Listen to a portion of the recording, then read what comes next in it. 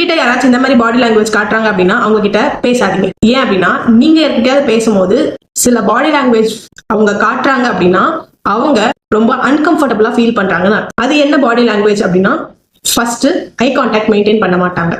Second, நீங்க அவங்கள பார்த்து பேசுறப்போ அவங்களோட பாடி அண்ட் ஃபீட் உங்களை விட்டு அவேவா இருக்கும், இந்த சைடு ஒரு இந்த சைடு, எப்படா நம்ம எஸ்கேப் ஆகலாம் அப்படின்ற ஒரு மென்டாலிட்டி தான்.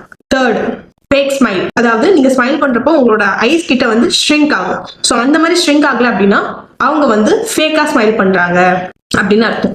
ஃபோர்த், நீங்க ஏதாவது பேசிட்டு இருக்கப்போ யாராச்சும் ஃபிங்கர் டேப் பண்றது, இல்ல ஃபிட்ஜெட் பண்றது, ஹேர்ல பிளே பண்றது, இல்ல நெக்கை டச் பண்றது, இல்ல ஃபேஸ்ல எங்கேயாவது டச் பண்றது, இந்த மாதிரி பண்றாங்க அப்படின்னா அதுவுமே அவங்களுக்கு அன்கம்ஃபர்டபுளா இருக்கு அப்படின்றது.